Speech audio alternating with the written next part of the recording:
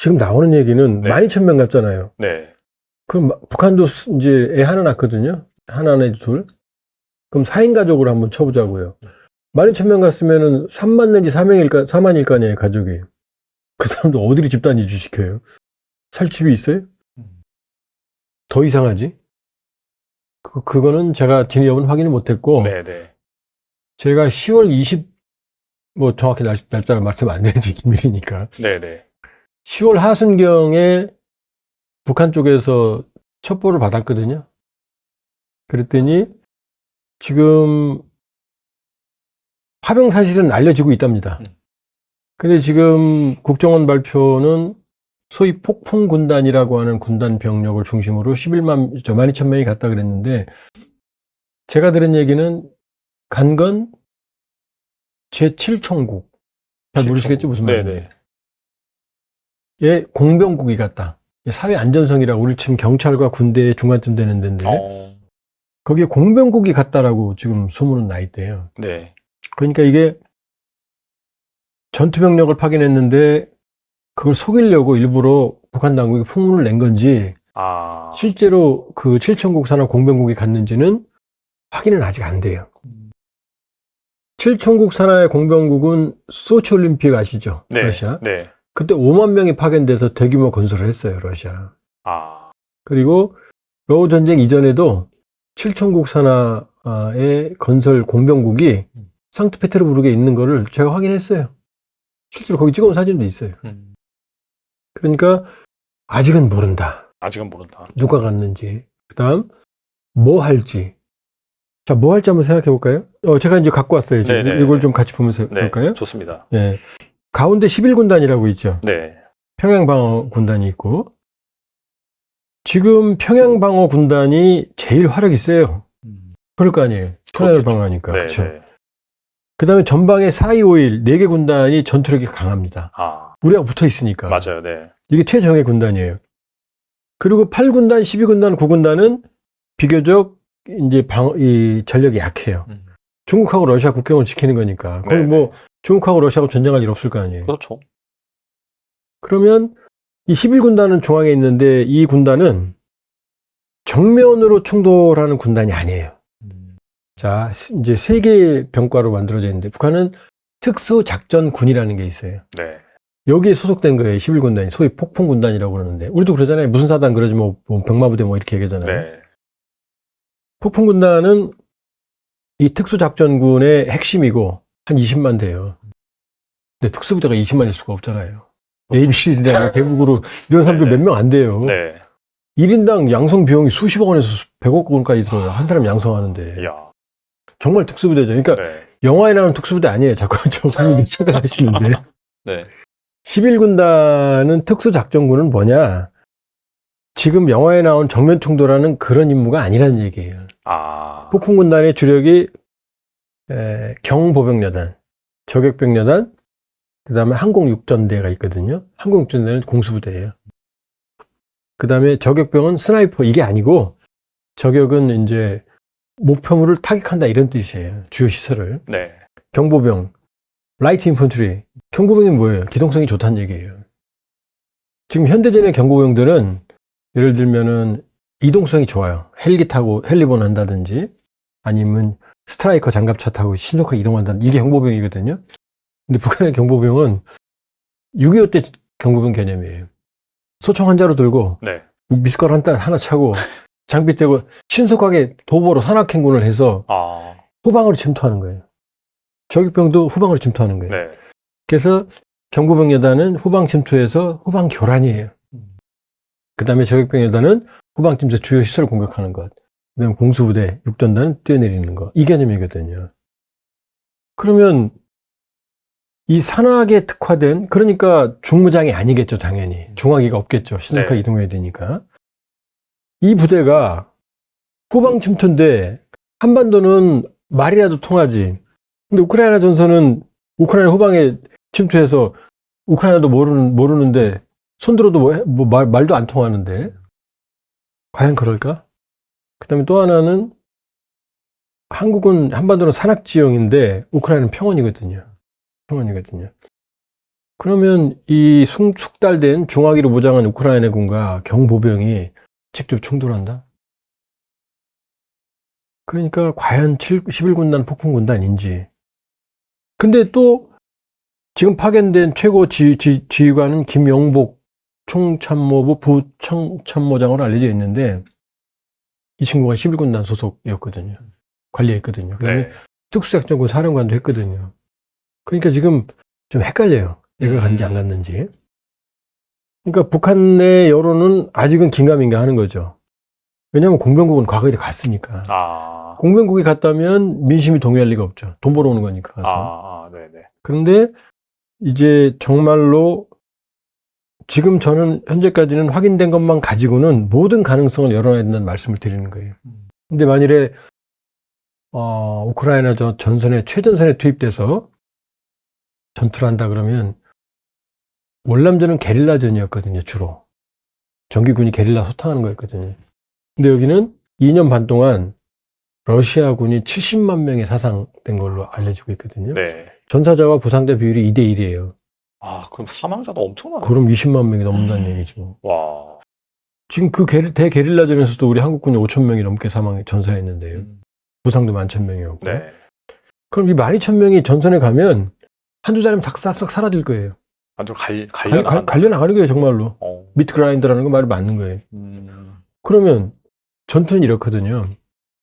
자, 대대가 싸웠어요. 근데 대대 병력이 뭐 절반이 사라졌어요. 그럼 대대 역할을 못 하잖아요. 그러면 부대를 재편해요. 축소 재편합니다. 아니면 보충병을 받든지. 네. 그럼 12,000명 가면 금방 소모될 텐데 축소 재편하면 전투력이 안 나오잖아요. 한국군이 64년, 74년까지 32만 명이 갔으니까 만일에 전투병력이라면 여기서 안 끝나죠. 계속 간다는 얘기죠. 그러면 끝없는 수렁에 빠지는 거죠. 그 다음에 아직은 여론이 이렇지만 네. 북한도 하나 내지 둘 났거든요. 저출산 거기도 좀 문제가 있죠. 1.7이에요. 네. 1.7. 그러면 아무리 독재고 그러지만 부모가 자기 새끼 어떻게 되면 물불 안 가려요. 그렇죠. 네. 애기 있으시죠? 네. 저도 애들 일이라면은 뭐 물불 안 가리고 정말로 저기 하는데 그러면 이 전사가 대규모 전사면 숨길 수가 없을 텐데 이 대량의 소모전에 그 인민군을 갈아 넣는다 그러면은 이게 어떻게 되겠어요? 그러니까 정말 상상을 뛰어넘는 파병이었고 전투병이라면 또 우리 예측을 뛰어넘는 상황이 지금 벌어지는 거예요.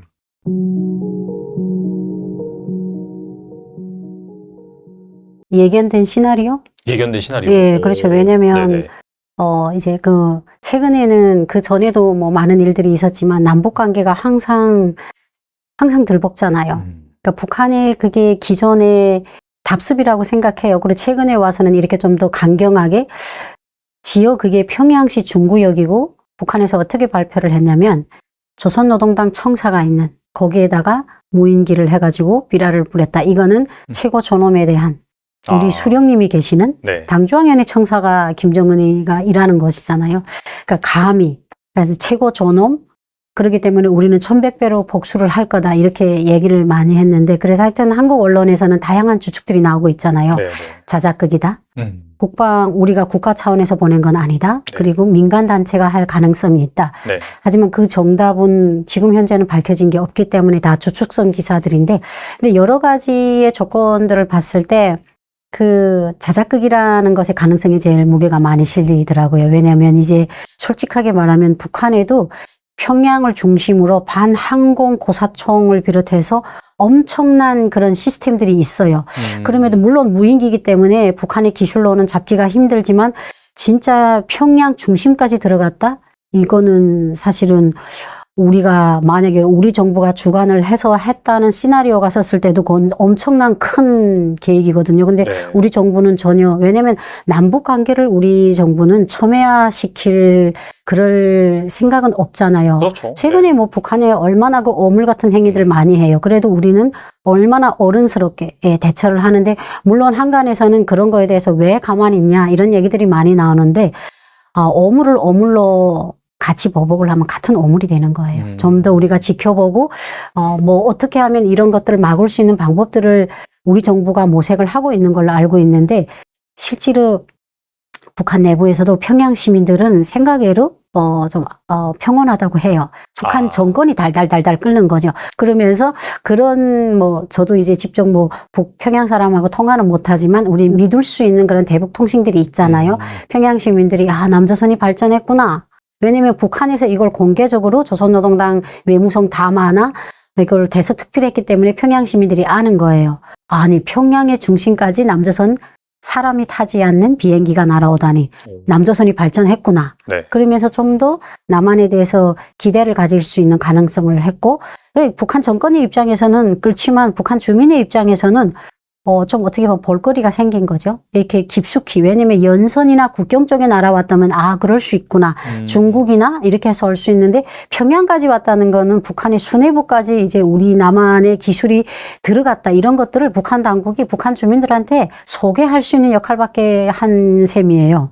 만약 그게 사실이라면. 그래서 이제 북한 주민들은 또 당국하고 달리 좀 이해의 반응이라고 하고. 그리고 제가 첫 번에 이제 이미 짜여진 시나리오다 이렇게 됐던 게 일단 북한이 작년 말에 북한 애국가에서 삼천리라는 말을 삭제했어요. 맞아요. 그건 뭐예요?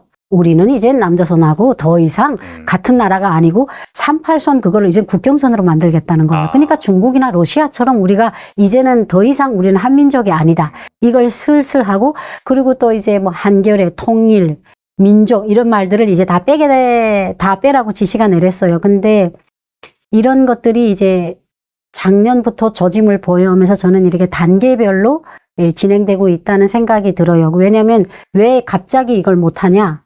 그것도 여러 가지 이유가 있는 것 같아요. 이렇게 북한 주민들이 민심도 중요하니까 북한 당국이 시도를 지금 슬슬 했던 게 이제는 어떻게 보면 클라이막스 처음에 활용 정점을 찍지 않았나. 저는 좀 그런 생각이 들고 저는 사실 솔직히 크게 놀라진 않았어요.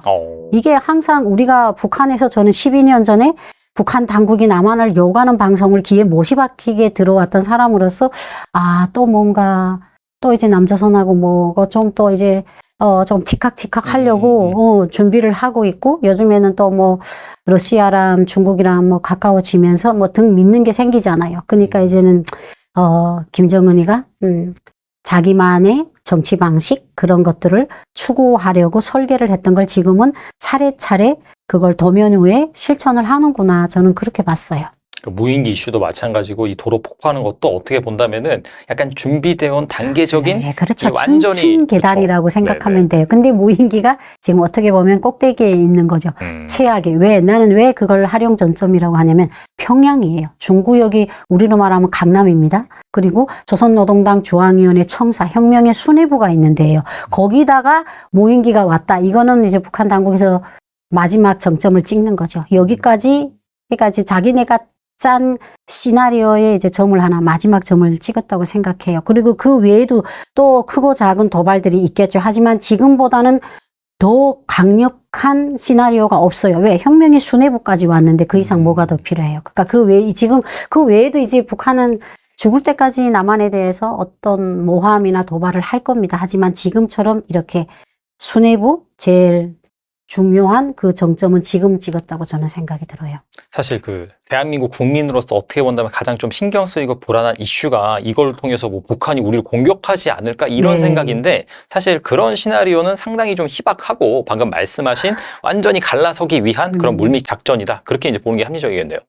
합리적인 것에 세상에 정답은 없다고 생각해요. 과거에 북한의 그런 남측 도발이나 음모론이나 이런 것들이 계속 세습을 하고 돌아가요. 리플레이처럼. 하지만 김정은이라는 그 인간 자체는 예측 불허의 인간이에요. 트럼프처럼. 그렇기 때문에 어떻게 보면 우리가 계속 너희들이 하던 뻔때고 하던 방식이구나 이렇게 생각하는 것도 맞는 말이지만 김정은이라는 인물에 대해서는 과거 통치자들하고는 조금 구별을 해야 된다. 예측 불허다. 그렇기 때문에 경각성은 늦추면 안 된다. 그렇다 해서 거기에 끌려가서도 안 된다. 저는 그런 말을 해주고 싶어요.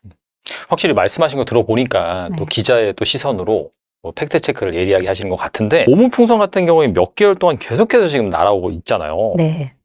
이 북한의 경제 사정이 최근 겪은 수해 피해도 상당히 심각하다. 일각에서는 몇천 명, 만 명까지 죽었다라는 그런 얘기도 나오고 있는데 이렇게 계속해서 무리해서 오물풍선을 보내는 의도는 무엇일까요? 북한에서 북한 남한 유수에서 그 북한 수해로 몇만 명이 죽었다 해서 또 난리 났잖아요. 네네네. 쓰레기 기사가 나왔다고. 어. 네, 한국을 자기는 그렇게 안 죽었다는 안 거죠. 죽었다는 그러면 거고. 그 사람들이 생존해 있다는 것도 밝히지 않았어요. 맞아요. 피해가 예. 얼마인지 얘기를 안 하더라고요. 안 하죠. 네네. 그러니까 우리 한국에서 밝힌 게 과학이죠. 근데 싫죠. 아픈 걸 찍어 놓으니까. 더군다나 한국이. 나는 이게 제 개인적인 생각이에요. 저는 이제 뭐 프리랜서 기자기 때문에 어떤 매체를 대신하거나 북한 사람을 대신하진 않아요. 그래서 저의 객관적인, 아까 주관적인 생각인데, 북한이 어물풍선 보내는데도 돈이 많이 들어요. 예. 근데 왜 이렇게 보내냐? 대북전단 때문인 것 같아요. 왜냐면 저는 북한에 있을 때 대북전단을 남한 정부가 보내는 줄 알았어요.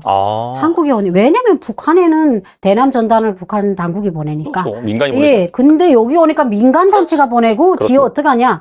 그 대북 전단이 날아가서 파주시 주민들이 불안전해서 이거 국가적으로 법을 해야 된다. 그러니까 또 우리 한국에선 가불론박이 있었잖아요. 이거는 인권 침해다. 이거는 법으로 제정해야 된다. 그래 맞아요. 어떠한 결론도 나지 않았어요.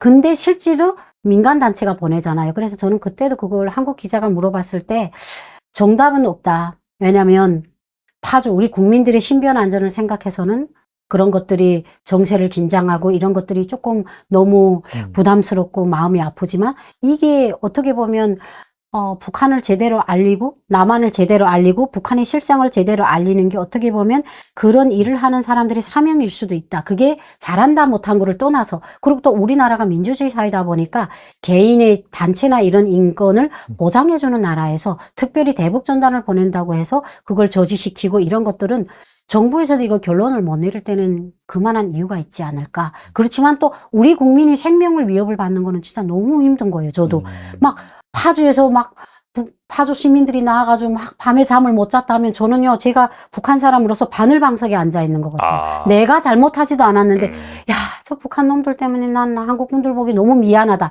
이 정도로 생각을 가지고 있는데, 북한 당국이 노리는 게 그거 같아요. 대북전단 저도 봤어요. 북한에 있을 때 강원도 고산에 가 봤는데 그걸 보니까 사진 종이부터 다르더라고요.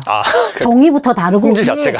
그리고 거기에다가 뭐 북한 정권을 타도하자는 말도 없어요. 그러니까 저도 그걸 봤을 때 남한에는 대북전단을 되게 너무 평범하게 쓰는구나 이런 생각을 했었는데 북한 입장에서는 그 대북전단을 북한 주민이 봤을 때 그 북한 당국이 제일 무서워하는 게 북한을 아는 거예요. 알게 되면 무지렁이가 아닌 이상 어떤 생각을 하겠어요. 내가 모르면 그냥 무식한 채로 살지만 이젠 북한 주민들도 알 사람들이 다 알잖아요. 그러면 이 대북전단을 봤을 때 남한에 대해서 새로운 거 알고 제일 무서운 게 그거예요. 남한에 대해서 아는 것도 두 번째로 무서워요.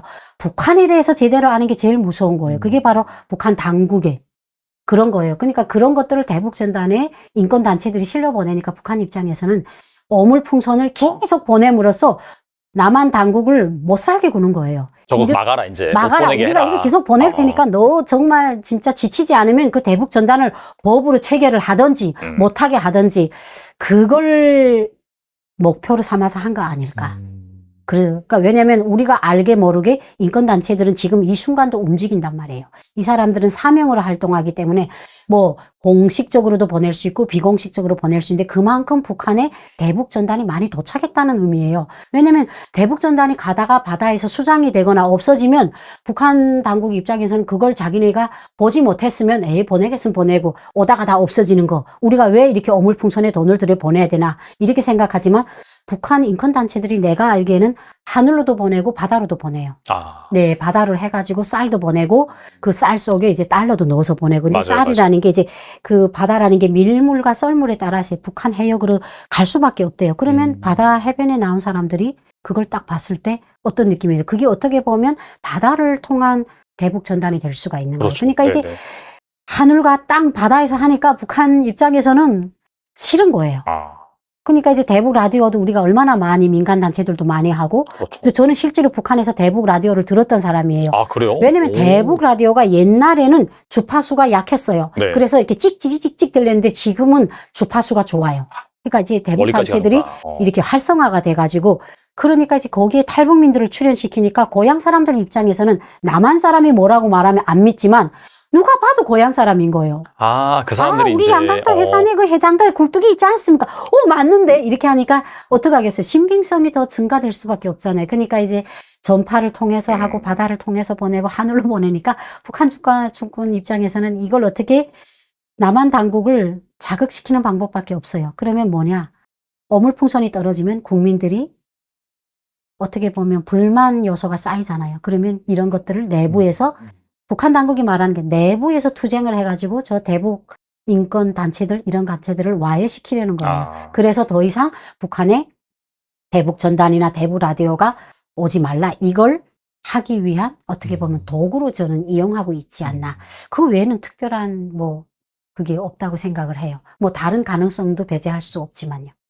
실제로 그 대북 단체에서 보내는 그런 네. 전단이나 구호품 이런 것들이 북한 주민들한테 많이 들어가서 영향을 많이 미치고 있기 때문에 그렇죠? 사실상 어물풍선을 보낼 수밖에 없는 그런 상황이다라고 볼 수 있겠네요. 예. 어. 그러니까 아픈 데를 찌르니까 찌르지 않으면 지나가면 가만히 있잖아요. 나를 찌르면 누군든 돌아보게 되잖아요. 네, 자극이 네. 되는 거죠. 그러니까 그 자극제, 보복 그걸 어물풍선으로 대치를 하는 거고 저는 제가 최근에 들었던 대북 소식통에 의하면 네. 그것 때문에 탈북민들하고 북한 가족들이 싸운대요. 왜 싸우냐? 왜요? 그러니까 이제 그 북한 가족들이 탈북민들이 이제 돈이랑 보내면 이제 북한 가족들하고 통화하는 경우가 있어요. 아. 그러면 돈을 얼마 보냈다 추석 때 막 그런데 야 근데 왜 너 나라는 그 어물풍선을 자꾸 이렇게 남조선 보내냐? 우리 부끄러워 못 살겠다 하니까 그 북한 가족들 우리 보냈냐? 우리 모른다. 그러니까 이제 우리가 호칭이 어물풍선이지 네. 북한의 공식 호칭은 대남 적재물이에요. 대남 적재물. 예, 그리고 대남 적재물을 보냈다는 걸 북한 당국이 주민들한테 소개를 안 합니다. 안 해요? 적어도 안 하죠. 그러니까 어떻게 알겠어요? 그러니까 그 북한 주민 입장에서는 화가 나는 거예요. 너네 나라는 왜 그러냐 하니까 야 우리 보냈냐? 부끄러워 죽겠다. 보낼 게 없어 어물을 보내냐? 북한 주민들 입장에서는 이렇게 부끄럽잖아요. 좀 보내겠으면 제대로 된 거 보내든지 이렇게 된 거예요. 네.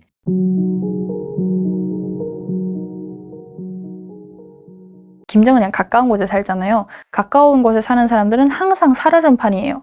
언제 이제 북한에서 많이 쓰던 말이 있는데 코에 걸면 코걸이, 귀에 걸면 귀걸이. 한국에서도 많이 쓰긴 하죠. 네. 네. 근데 이제 뭐 당 간부들 이제 그 척살 될 때마다 많이 쓰거든요. 뭐 별로 잘못하지도 않았구만. 갑자기 뭐 그런 걸로 사성을 꼬투리 잡아서 너는 종파분자네? 가. 그리고 온 가족 그냥 다 쓸어버리고. 그냥 이게 살얼음판이에요. 그래서 언제나 잘 보여야 되고, 그래서 이제 당 간부, 솔직히 이 사람들도 본 게 있으니까 이 사람들이 더 잘할 거 아니에요. 김정은 이 개자식 이러면서 알 거 아닙니까? 네네. 근데 들고 일어날 수 없는 게 이 사람들이 더 해요. 이제 서로 약간 나쁜 놈이란 건 알지만 어떻게든 잘 보여야 연명을 할 수 있으니까 무슨 누군가가 김정을 욕을 하네? 그러면 또 가서 쪼르르 가서 원수님 저 자식이 이러면서 약간 이렇게 하면은 이제 그 뒷담 깐 사람은 이렇게 척살되고 나는 이제 간신으로 이제 살아갈 수 있는 거예요. 그러다 보니까 당 간부들이 좀 더 살얼음판이에요. 뭐 생활 수준은 뭐 저 같은 이런 그냥 평범한 사람들보다 좀 높긴 하겠죠. 굶는 일은 거의 없겠죠. 왜냐면 그런 사람들은 또 뭐 날이면 날마다 뭐 또 받는 게 있어요 또. 뭐 이런 뒷돈도 많이 받고 그리고 뭐 국가적인 큰 그런 명절날에는 또 선물도 많이 받고 그 사람들한테는 뭐 배급이 조금씩 가긴 한다고 제가 들었어서 네. 그 사람들은 뭐 생활 수준은 그나마 낮겠지만 이제 심적 위축감, 위압감 항상 불안 속에서 네. 살 수밖에 없겠네요. 맞아요. 언제 또 몰려가지고 뭐 맞아요. 강등을 당한다든지 아니면 맞아요. 수용소로 보내진다든지 심하면 총살당할 수도 있고. 네. 그리고 이제 뭐 권력이 있는 사람들 얘기고 그리고 또 이제 북한에서 좀 잘 살다 온 사람들도 있을 거잖아요. 맞아요. 그러면 이제 한국 분들 그럼 너 북한에서 잘 사는데 왜 왔냐? 이렇게 물어보면 짜증이 확 나요. 진짜 잘 나가는 사람이 있잖아요. 그 계속 주시 대상이고 오히려 끌어내리려고 계속 하고 힘들어요. 네. 다 못 사는데 왜 너는 그렇게 우뚝 잘 나가? 이러니까 숨이 막히는 거죠, 그냥. 그리고 뭐 지금 때에는 잘 살았어요. 근데 이 부가 언제까지 갈 수 있을지를 모르는 거예요. 그래서 이제 뭐 저희 집안 같은 경우는 막 굶고 막 쫄쫄 이런 집안이 아니었거든요. 네. 그래도 좀 나름 살면서 이제 좀 그 여유도 있고 그런 집안이었는데 이렇게 왔다고 하면 그럼 왜 왔어? 이렇게 물어봐요 실제로. 그러면 이제 저걸 한 대 칠 수도 없고. 물어보지 마세요, 이제. 그리고 이제 최근에 뭐 탈북민이나 뭐 중국에 있는 북한 사람 등 북한 내부에 정통한 사람들, 혹시 그분들을 통해서 듣는 최근에 이 북한 상황 뭐 있을까요? 뭐 아빠가 뭐 개인적으로 뭐 연락을 누군지는 모르겠는데 계속 네. 하더라고요. 네. 들어보면은 진짜 너무 힘들대요. 그냥 예전에 그냥 그 저희가 살던 동네가 밀수 왕초 동네거든요. 그냥 사람들의 주된 수입원이 밀수였어요. 그거 안 하면 못 사니까, 사실. 그거 막히니까 할 게 없는 거예요. 이 남자들이 그나마 배 내밀면서 야, 나 밀수하면서 그래도 너희 먹여 살렸잖아 이러고 다녔는데 다 막히니까 이제 너무 힘든 거죠. 특히나 남성분들 같은 경우에는 일자리가 없어지면 극도의 우울감이 생긴다고 하더라고요. 맞아요. 네. 근데 그게 없었으니까 사람들 얼굴 다 시커매서 다니고 막. 그리고 정말 뭐 장마당에서 뭐 거래를 한다는 것도 솔직히 그 자기들 주머니에 뭔가 있어야 이게 뭐 돈과 그거를 바꾸고 뭐 할 텐데 없잖아요, 돈이. 그냥 너무 살기 힘들다고 계속 돈 보내달라고. 이제 뭐 솔직히 그분 같은 경우는 아빠랑 뭐 혈연도 아니었고 그냥 이렇게 좀 아는 사람이었어요. 그냥 그렇게 좀 이렇게 스치듯 아는 사람이었는데 계속 돈을 보내달라고. 이게 밀수가 막혔다는 게 이제 중국과 거래가 막힌 거다라고 볼 수가 네. 있잖아요. 네. 이 중국과 뭔가 사이도 안 좋은 건가요? 그럼 북한이? 이제 뭐 공식적으로 북한에서 우리 이제 중국이랑 배척할 거야. 뭐 이렇게 하진 않겠지만 뭐 좋진 않겠죠. 근데 뭐 제가 여기서 다 알 수는 없지만 아무튼 북한은 어쨌든 중국이랑 러시아 사이에서 줄타기를 계속 할 수밖에 없거든요. 그러니까 뭐 지금 좋다고 해도 뭐 내년엔 안 좋을 수도 있고 이래요. 계속 왔다 갔다 계속 상황이 이러니까 그러니까 중국과의 그런 공적인 무역을 막은 건 아니고 사무역을 막은 거예요. 연선을 통해서 이제 개인들이 돈 벌 수 있는 수단을 이제 불법적으로 돈 벌 수 있는 수단을 그걸 막은 거지. 이제 그 북한에 그 세관이 있을 거잖아요. 그걸 그렇죠, 막은 네. 건 아니에요. 네.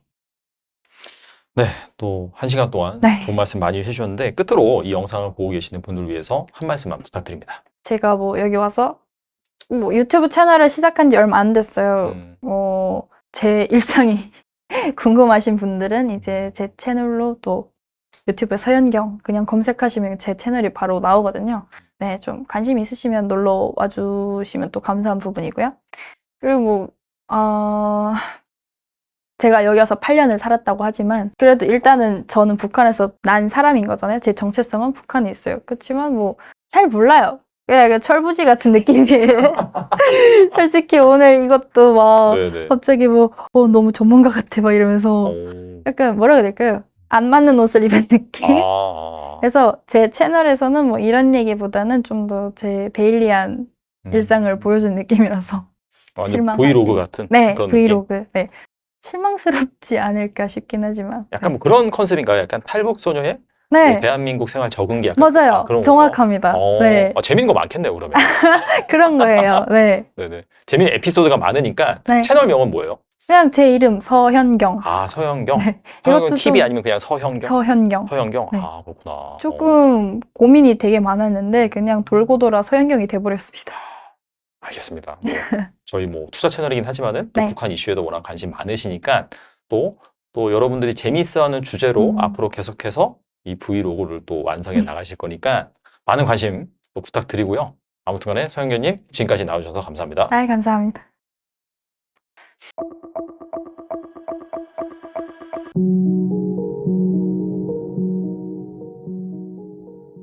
지금 나오는 얘기는 네. 12,000명 같잖아요. 네.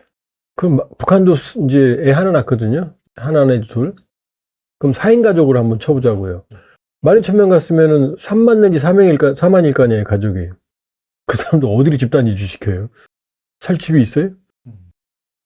더 이상하지? 그거는 제가 진위 여부는 확인을 못했고, 네네. 제가 10월 20, 뭐 정확히 날짜를 말씀 안 되지, 기밀이니까. 네네. 10월 하순경에 북한 쪽에서 첩보를 받았거든요. 그랬더니 지금 파병 사실은 알려지고 있답니다. 근데 지금 국정원 발표는 소위 폭풍군단이라고 하는 군단 병력을 중심으로 12,000명이 갔다 그랬는데, 제가 들은 얘기는 간 건 제7총국. 잘 모르시겠죠? 무슨 말인지. 예, 공병국이 갔다. 사회 안전성이라고, 우리 지금 경찰과 군대의 중간쯤 되는 데인데, 거기에 공병국이 갔다라고 지금 소문은 나 있대요. 네. 그러니까 이게 전투병력을 파견했는데 그걸 속이려고 일부러 북한 당국이 풍문을 낸 건지, 실제로 그 7천국 산하 공병국이 갔는지는 확인은 아직 안 돼요. 7천국 산하의 공병국은 소치올림픽 아시죠? 네. 러시아. 네. 그때 5만 명이 파견돼서 대규모 건설을 했어요, 러시아. 그리고 러우 전쟁 이전에도 7천국 산하의 건설 공병국이 상트페테르부르크에 있는 거를 제가 확인했어요. 실제로 거기 찍어온 사진도 있어요. 그러니까 아직은 모른다. 아직은 모른다. 누가 갔는지. 그다음 뭐 할지. 자, 뭐 할지 한번 생각해 볼까요? 제가 이제 갖고 왔어요. 이제 네네. 이걸 좀 같이 보면서 네. 볼까요? 좋습니다. 예. 가운데 11군단이라고 있죠. 네. 평양방어군단이 있고, 지금 평양방어군단이 제일 화력이 세요. 그럴 거 아니에요. 천안을 방어하니까. 네. 그렇죠. 네. 그 다음에 전방에 4.25.1 4개 군단이 전투력이 강합니다. 우리가 붙어 있으니까. 맞아요. 네. 이게 최정예 군단이에요. 그리고 8군단, 12군단, 9군단은 비교적 이제 이 전력이 약해요. 중국하고 러시아 국경을 지키는 거니까. 거기 뭐 중국하고 러시아하고 전쟁할 일 없을 거 아니에요. 그렇죠. 그러면 이 11군단은 중앙에 있는데, 이 군단은 정면으로 충돌하는 군단이 아니에요. 자, 이제 세 개의 병과로 만들어져 있는데, 북한은 특수작전군이라는 게 있어요. 네. 여기에 소속된 거예요, 11군단이. 소위 폭풍군단이라고 그러는데, 우리도 그러잖아요. 무슨 사단 그러지 뭐 병마부대 뭐 이렇게 얘기하잖아요. 네. 폭풍군단은 이 특수작전군의 핵심이고 한 20만 돼요. 근데 특수부대가 20만일 수가 없잖아요. ABCD나 대북으로 이런 사람들 몇 명 안 돼요. 네. 1인당 양성 비용이 수십억 원에서 100억 원까지 들어요. 한 사람 양성하는데. 야. 정말 특수부대죠. 그러니까 네. 영화에 나오는 특수부대 아니에요. 자꾸 저분이 착각하시는데. 네. 11군단은 특수작전군은 뭐냐? 지금 영화에 나온 정면 충돌하는 그런 임무가 아니라는 얘기예요. 폭풍군단의 주력이 경보병여단, 저격병여단, 그 다음에 항공육전대가 있거든요. 항공육전대는 공수부대예요.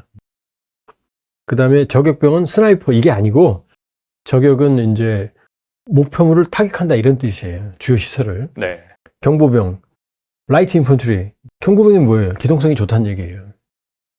지금 현대전의 경보병들은 예를 들면은 이동성이 좋아요. 헬기 타고 헬리본 한다든지, 아니면 스트라이커 장갑차 타고 신속하게 이동한다든지, 이게 경보병이거든요.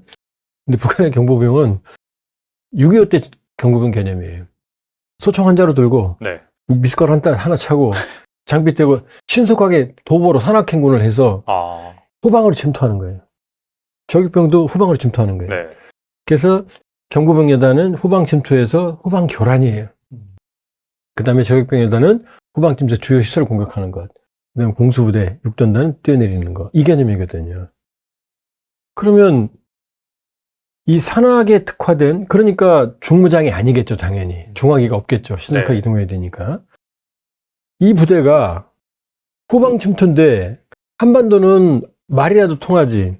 근데 우크라이나 전선은 우크라이나 후방에 침투해서 우크라이나도 모르는데 손들어도 말도 안 통하는데 과연 그럴까? 그 다음에 또 하나는 한국은 한반도는 산악지형인데 우크라이나는 평원이거든요. 그러면 이 숙달된 중화기로 무장한 우크라이나군과 경보병이 직접 충돌한다? 그러니까 과연 11군단 폭풍군단인지. 근데 또 지금 파견된 최고 지휘관은 김용복 총참모부 부총참모장으로 알려져 있는데 이 친구가 11군단 소속이었거든요. 관리했거든요. 그다음에 특수작전군 사령관도 했거든요. 그러니까 지금 좀 헷갈려요. 얘가 갔는지 안 갔는지. 그러니까 북한 내 여론은 아직은 긴가민가 하는 거죠. 왜냐하면 공병국은 과거에 갔으니까. 아, 공병국이 갔다면 민심이 동요할 리가 없죠. 돈 벌어오는 거니까. 가서. 네네. 그런데 이제 정말로 지금 저는 현재까지는 확인된 것만 가지고는 모든 가능성을 열어놔야 된다는 말씀을 드리는 거예요. 근데 만일에 우크라이나 최전선에 투입돼서 전투를 한다 그러면 월남전은 게릴라전이었거든요, 주로. 정규군이 게릴라 소탕하는 거였거든요. 근데 여기는 2년 반 동안 러시아군이 70만 명이 사상된 걸로 알려지고 있거든요. 네. 전사자와 부상자 비율이 2대 1이에요. 아, 그럼 사망자도 엄청나네. 그럼 20만 명이 넘는다는 얘기죠. 와. 지금 그 대게릴라전에서도 우리 한국군이 5천 명이 넘게 전사했는데요. 부상도 11,000명이었고. 네. 그럼 이 12,000명이 전선에 가면 한두 자리면 싹싹 사라질 거예요. 완전 갈려나간다. 갈려나가는 거예요, 정말로. 어. 미트 그라인더라는 거 말이 맞는 거예요. 그러면 전투는 이렇거든요. 자, 대대가 싸웠어요. 근데 대대 병력이 뭐 절반이 사라졌어요. 그럼 대대 역할을 못 하잖아요. 그러면 부대를 재편해요. 축소 재편합니다. 아니면 보충병을 받든지. 네. 그럼 12,000명 가면 금방 소모될 텐데 축소 재편하면 전투력이 안 나오잖아요. 한국군이 64년, 74년까지 32만 명이 갔으니까 만일에 전투 병력이라면 여기서 안 끝나죠. 계속 간다는 계속 얘기죠. 가겠네요. 계속 간다는 얘기죠. 그러면 끝없는 수렁에 빠지는 거죠. 그 다음에 아직은 여론이 이렇지만 네. 북한도 하나 내지 둘 났거든요.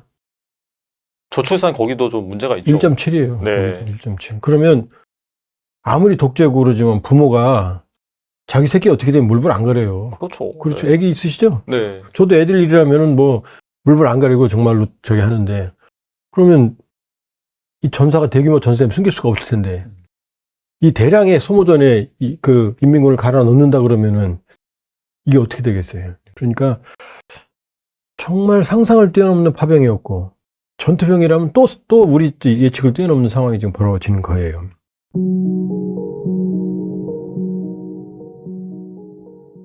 예견된 시나리오? 예견된 시나리오. 예, 그렇죠. 왜냐면 네네.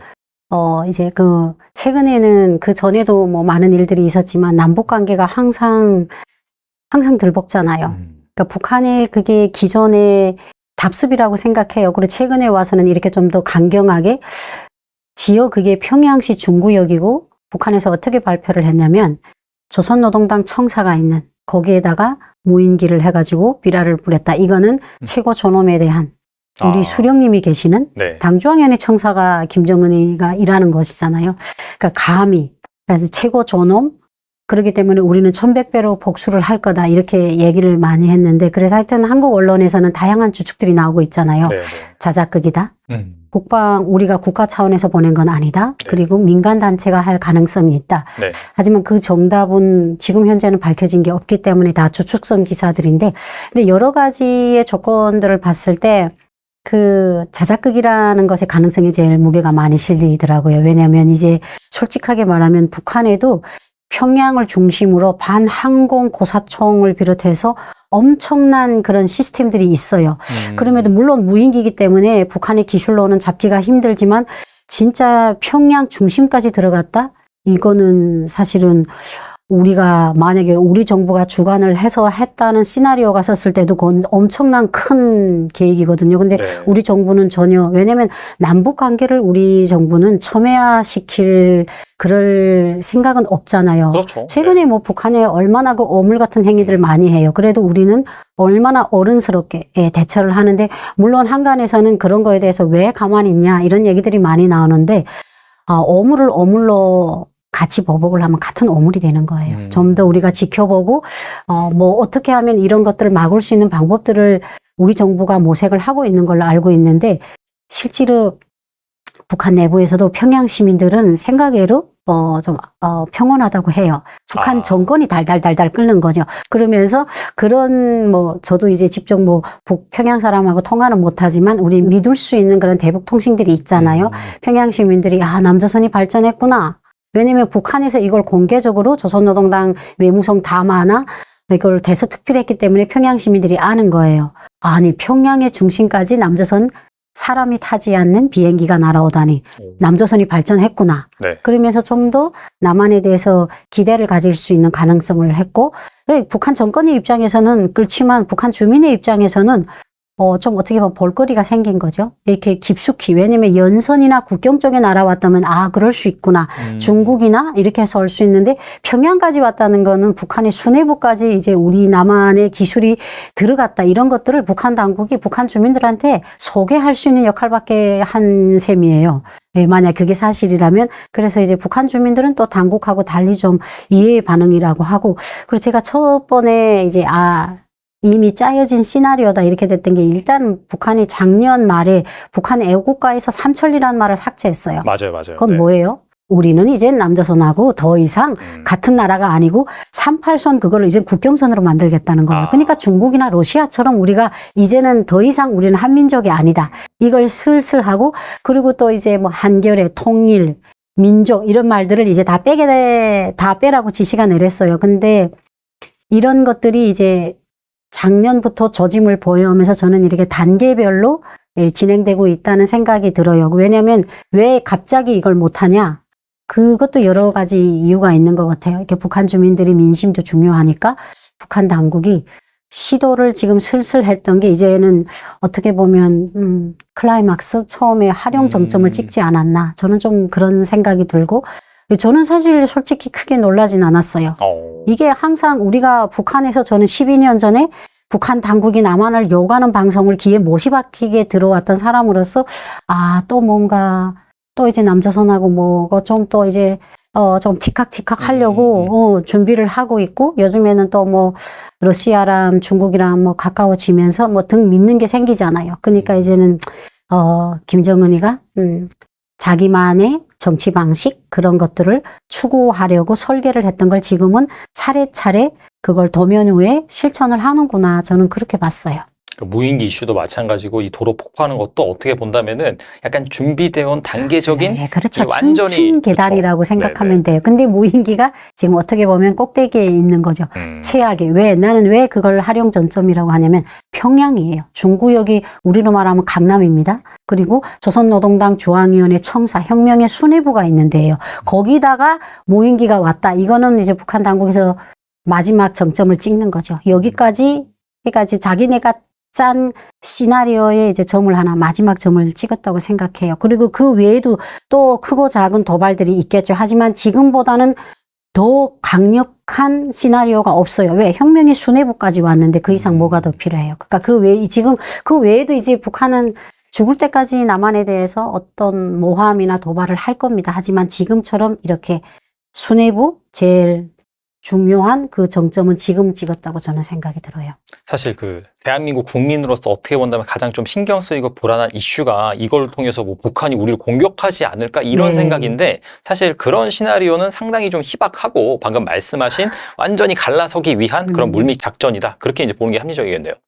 합리적인 것에 세상에 정답은 없다고 생각해요. 과거에 북한의 그런 남측 도발이나 음모론이나 이런 것들이 계속 세습을 하고 돌아가요. 리플레이처럼. 하지만 김정은이라는 그 인간 자체는 예측 불허의 인간이에요. 트럼프처럼. 그렇기 때문에 어떻게 보면 우리가 계속 너희들이 하던 뻔때고 하던 방식이구나 이렇게 생각하는 것도 맞는 말이지만, 김정은이라는 인물에 대해서는 과거 통치자들하고는 조금 구별을 해야 된다. 예측 불허다. 그렇기 때문에 경각성은 늦추면 안 된다. 그렇다 해서 거기에 끌려가서도 안 된다. 네, 저는 그런 말을 해주고 싶어요. 확실히 말씀하신 거 들어보니까 또 기자의 또 시선으로 팩트 체크를 예리하게 하시는 것 같은데, 오문풍선 같은 경우에 몇 개월 동안 계속해서 지금 날아오고 있잖아요. 네. 이 북한의 경제 사정이 최근 겪은 수해 피해도 상당히 심각하다. 네. 뭐 일각에서는 뭐 몇천 명, 만 명까지 죽었다라는 그런 얘기도 나오고 있는데, 네. 이렇게 계속해서 무리해서 오물풍선을 보내는 의도는 무엇일까요? 북한에서 북한 남한 뉴스에서 북한 수해로 몇만 명이 죽었다 해서 또 난리 났잖아요. 네네네. 쓰레기 기사가 나왔다고. 네, 한국을. 자기는 그렇게 안 죽었다는 안 거죠. 죽었다는 그러면 거고. 그 사람들이 생존해 있다는 것도 밝히지 않았어요. 맞아요. 피해가 네. 얼마인지 얘기를 안 하더라고요. 안 하죠. 네네. 그러니까 우리 한국에서 밝힌 게 과학이죠. 근데 싫죠. 아픈 걸 찍어 놓으니까. 아. 더군다나 한국이. 나는 이게 제 개인적인 생각이에요. 저는 이제 뭐 프리랜서 기자기 때문에 어떤 매체를 대신하거나 북한 사람을 대신하진 않아요. 그래서 저의 객관적인, 아까 주관적인 생각인데, 북한이 어물풍선 보내는데도 돈이 많이 들어요. 예. 근데 왜 이렇게 보내냐? 대북전단 때문인 것 같아요. 왜냐면 저는 북한에 있을 때 대북전단을 남한 정부가 보내는 줄 알았어요. 아. 한국에 왜냐면 북한에는 대남 전단을 북한 당국이 보내니까. 그렇죠. 민간이 보내죠. 예. 근데 여기 오니까 민간단체가 보내고, 지 그렇죠. 어떡하냐? 그 대북 전단이 날아가서 파주시 주민들이 불안전해서 이거 국가적으로 법을 해야 된다. 그러니까 또 우리 한국에선 가불론박이 있었잖아요. 이거는 인권 침해다. 이거는 법으로 제정해야 된다. 그래 맞아요. 어떠한 결론도 나지 않았어요. 근데 실제로 민간 단체가 보내잖아요. 그래서 저는 그때도 그걸 한국 기자가 물어봤을 때 정답은 없다. 왜냐하면 파주 우리 국민들의 신변 안전을 생각해서는 그런 것들이 정세를 긴장하고 이런 것들이 조금 너무 부담스럽고 마음이 아프지만 이게 어떻게 보면 북한을 제대로 알리고 남한을 제대로 알리고 북한의 실상을 제대로 알리는 게 어떻게 보면 그런 일을 하는 사람들의 사명일 수도 있다. 그게 잘한다 못한 거를 떠나서 그리고 또 우리나라가 민주주의 사회다 보니까 개인의 단체나 이런 인권을 보장해주는 나라에서 특별히 대북전단을 보낸다고 해서 그걸 저지시키고 이런 것들은 정부에서도 이거 결론을 못 내릴 때는 그만한 이유가 있지 않을까. 그렇지만 또 우리 국민이 생명을 위협을 받는 거는 진짜 너무 힘든 거예요. 저도 막 파주에서 막 파주 시민들이 나와가지고 막 밤에 잠을 못 잤다면 저는요 제가 북한 사람으로서 바늘방석에 앉아 있는 것 같아요. 내가 잘못하지도 않았는데 야, 저 북한 놈들 때문에 난 한국 분들 보기 너무 미안하다. 이 정도로 생각을 가지고 있는데 북한 당국이 노리는 게 그거 같아요. 대북전단 저도 봤어요. 북한에 있을 때 강원도 고산에 가 봤는데 그걸 보니까 사진 종이부터 다르더라고요. 종이부터 다르고 품질 자체가. 그리고 거기에다가 뭐 북한 정권을 타도하자는 말도 없어요. 그러니까 저도 그걸 봤을 때 남한에는 대북전단을 되게 너무 평범하게 쓰는구나 이런 생각을 했었는데 북한 입장에서는 그 대북전단을 북한 주민이 봤을 때 그 북한 당국이 제일 무서워하는 게 북한을 아는 거예요. 알게 되면 무지렁이가 아닌 이상 어떤 생각을 하겠어요. 내가 모르면 그냥 무식한 채로 살지만 이젠 북한 주민들도 알 사람들이 다 알잖아요. 그러면 네. 이 대북전단을 봤을 때 남한에 대해서 새로운 거 알고 제일 무서운 게 그거예요. 남한에 대해서 아는 것도 두 번째로 무서워요. 북한에 대해서 제대로 아는 게 제일 무서운 거예요. 그게 바로 북한 당국의 그런 거예요. 그러니까 그런 것들을 대북전단에 인권단체들이 실려 보내니까 북한 입장에서는 어물풍선을 계속 보냄으로써 남한 당국을 못 살게 구는 거예요. 저거 막아라 이제. 못 막아라. 보내게 우리가 해라. 이거 계속 보낼 테니까 너 정말 진짜 지치지 않으면 그 대북전단을 법으로 체결을 하든지 못하게 하든지 그걸 목표로 삼아서 한 거 아닐까. 그러니까 왜냐면 우리가 알게 모르게 인권단체들은 지금 이 순간도 움직인단 말이에요. 이 사람들은 사명으로 활동하기 때문에 뭐 공식적으로도 보낼 수 있고 비공식적으로 보낼 수 있는데 그만큼 북한에 대북전단이 많이 도착했다는 의미예요. 왜냐면 대북전단이 가다가 바다에서 수장이 되거나 없어지면 북한 당국 입장에서는 그걸 자기네가 보지 못했으면 보내겠으면 보내고 오다가 다 없어지는 거. 우리가 왜 이렇게 어물풍선에 돈을 들여 보내야 되나 이렇게 생각하지만 북한 인권단체들이 내가 알기에는 하늘로도 보내고 바다로도 보내요. 네, 바다를 해가지고 쌀도 보내고 그 쌀 속에 이제 달러도 넣어서 보내고. 근데 맞아요, 쌀이라는 게 이제 그 바다라는 게 밀물과 썰물에 따라서 북한 해역으로 갈 수밖에 없대요. 그러면 바다 해변에 나온 사람들이 그걸 딱 봤을 때 어떤 느낌이에요? 그게 어떻게 보면 바다를 통한 대북 전단이 될 수가 있는 거예요. 그렇죠. 그러니까 이제 하늘과 땅 바다에서 하니까 북한 입장에서는 싫은 거예요. 그러니까 이제 대북 라디오도 우리가 얼마나 많이 민간 단체들도 많이 하고 그렇죠. 저는 실제로 북한에서 대북 라디오를 들었던 사람이에요. 그래요? 왜냐면 대북 라디오가 옛날에는 주파수가 약했어요. 네. 그래서 이렇게 찍찍찍찍 들렸는데 지금은 주파수가 좋아요.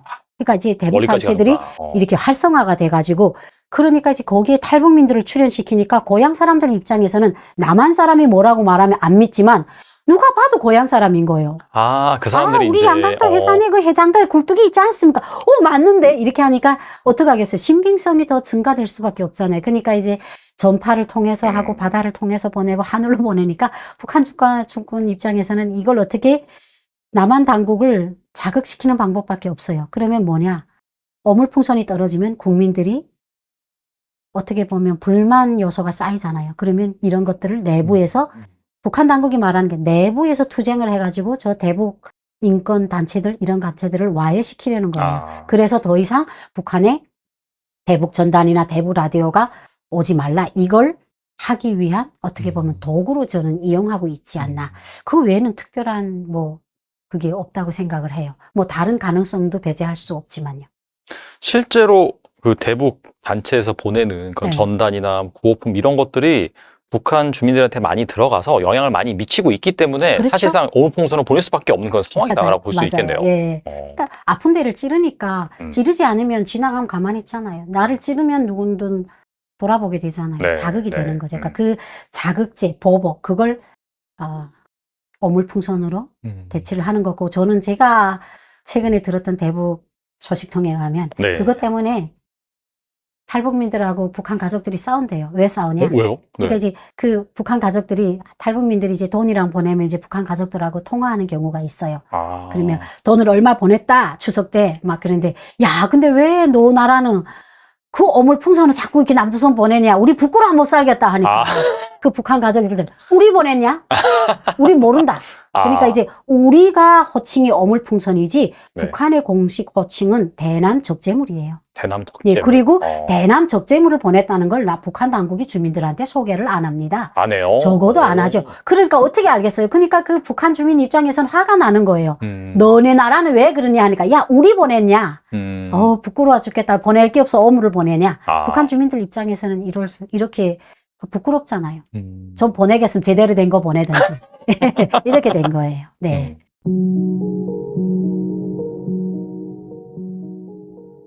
김정은이랑 가까운 곳에 살잖아요. 가까운 곳에 사는 사람들은 항상 살얼음판이에요. 언제 이제 북한에서 많이 쓰던 말이 있는데 코에 걸면 코걸이, 귀에 걸면 귀걸이. 한국에서도 많이 쓰긴 하죠. 네. 네. 근데 이제 뭐 당 간부들 이제 그 척살 될 때마다 많이 쓰거든요. 뭐 별로 잘못하지도 않았구만. 갑자기 뭐 그런 걸로 사성을 꼬투리 잡아서 너는 종파분자네? 가.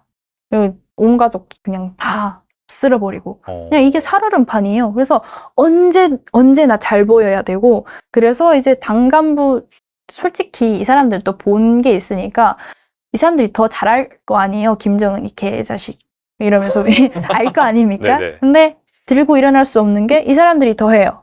이제 서로 약간 나쁜 놈이란 건 알지만 어떻게든 잘 보여야 연명을 할 수 있으니까 무슨 누군가가 김정을 욕을 하네? 그러면 또 가서 쪼르르 가서 원수님 저 자식이 이러면서 약간 이렇게 하면은 이제 그 뒷담 깐 사람은 이렇게 척살되고 나는 이제 간신으로 이제 살아갈 수 있는 거예요.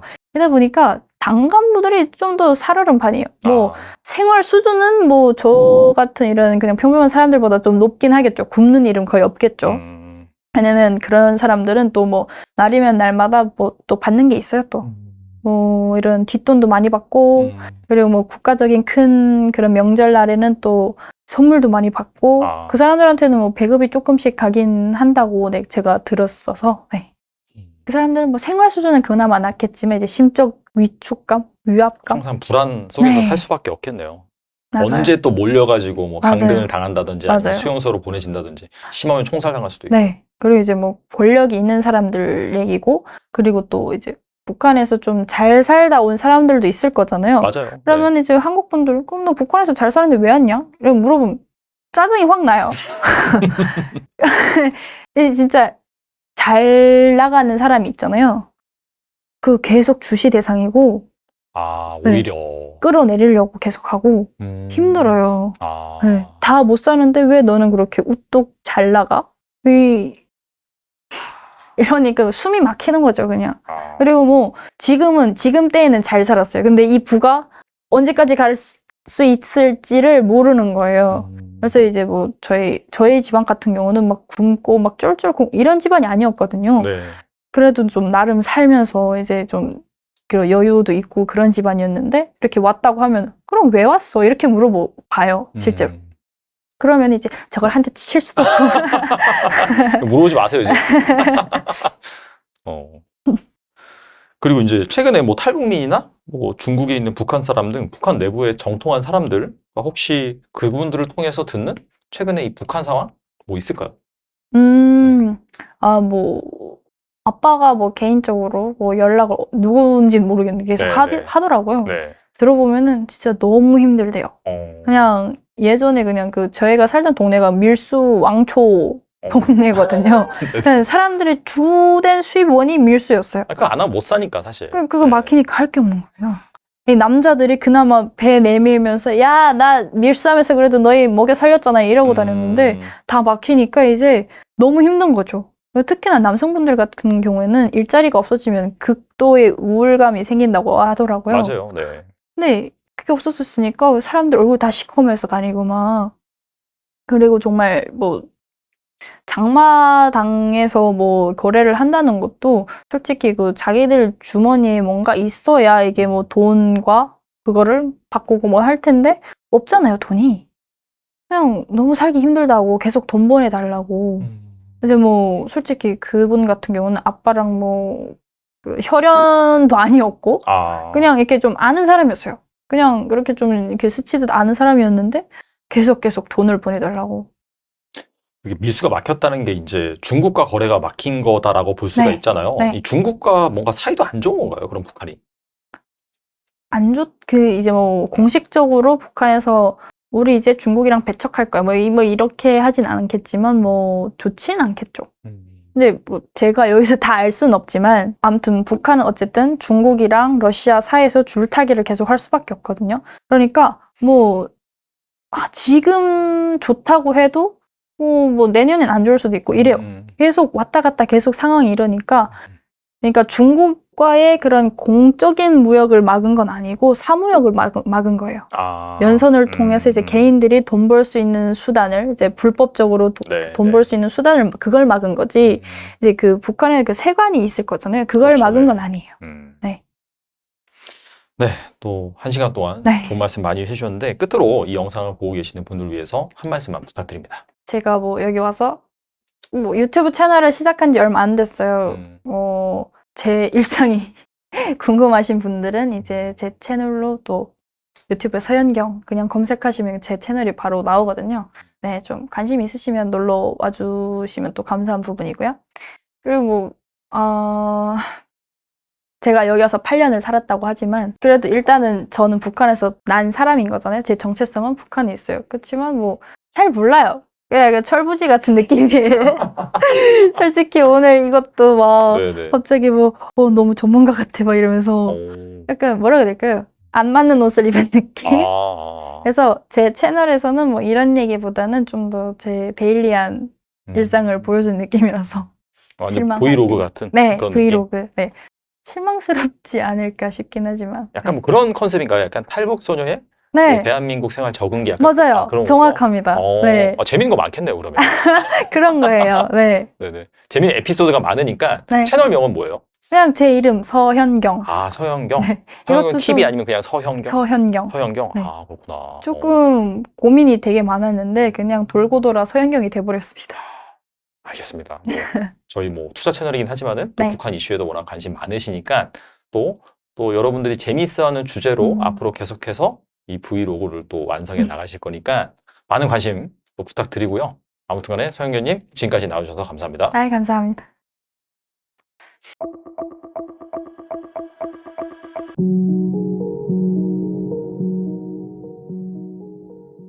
지금 나오는 얘기는 12,000명 같잖아요. 네. 그럼 북한도 이제 애 하나 낳거든요. 하나 내지 둘. 그럼 4인 가족으로 한번 쳐보자고요. 12,000명 갔으면은 3만 내지 4만일 거 아니에요, 가족이. 그 사람도 어디로 집단 이주시켜요? 살 집이 있어요? 더 이상하지? 그거는 제가 진위 여부는 확인을 못했고, 네네. 제가 10월 20, 정확히 날짜를 말씀하면 안 되는지 기밀이니까. 네네. 10월 하순경에 북한 쪽에서 첩보를 받았거든요. 그랬더니 지금 파병 사실은 알려지고 있답니다. 근데 지금 국정원 발표는 소위 폭풍군단이라고 하는 군단 병력을 중심으로 12,000명이 갔다 그랬는데 제가 들은 얘기는 간 건 제7총국. 잘 모르시겠죠? 무슨 말인지. 예, 공병국이 갔다. 사회 안전성이라고 우리 지금 경찰과 군대 중간쯤 되는 데인데 어, 거기에 공병국이 갔다라고 지금 소문은 나 있대요. 네. 그러니까 이게 전투병력을 파견했는데 그걸 속이려고 일부러 북한 당국이 풍문을 낸 건지 아, 실제로 그 칠천국사나 공병국이 갔는지는 확인은 아직 안 돼요. 칠천국 산하의 공병국은 소치올림픽 아시죠? 네. 러시아. 네. 그때 5만 명이 파견돼서 대규모 건설을 했어요, 러시아. 아, 그리고 러우 전쟁 이전에도 칠천국 산하의 건설 공병국이 상트페테르부르크에 있는 거를 제가 확인했어요. 실제로 거기 찍어온 사진도 있어요. 그러니까 아직은 모른다. 아직은 모른다. 누가 갔는지. 그다음 뭐 할지. 자, 뭐 할지 한번 생각해 볼까요? 제가 이제 갖고 왔어요. 지금. 네네. 이걸 좀 같이 보면서 네. 볼까요? 좋습니다. 예. 가운데 11군단이라고 있죠. 네. 평양방어군단이 있고 지금 평양방어군단이 제일 화력이 세요. 그럴 거 아니에요. 평양을 그렇겠죠. 방어하니까. 네. 그렇죠. 네. 그 다음에 전방에 4.25일 4개 군단이 전투력이 강합니다. 아, 우리가 붙어 있으니까. 맞아요. 네. 이게 최정예 군단이에요. 그리고 8군단, 12군단, 9군단은 비교적 이제 이 전력이 약해요. 중국하고 러시아 국경을 지키는 거니까. 거기 네네. 뭐 중국하고 러시아하고 전쟁할 일 없을 거 아니에요. 그렇죠. 그러면 이 11군단은 중앙에 있는데 이 군단은 정면으로 충돌하는 군단이 아니에요. 자, 이제 세 개의 병과로 만들어져 있는데 북한은 특수작전군이라는 게 있어요. 네.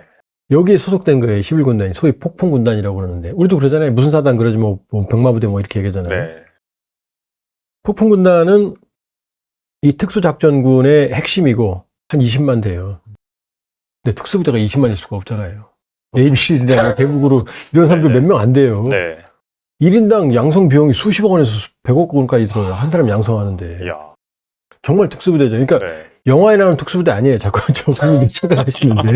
네. 11군단은 특수작전군은 뭐냐?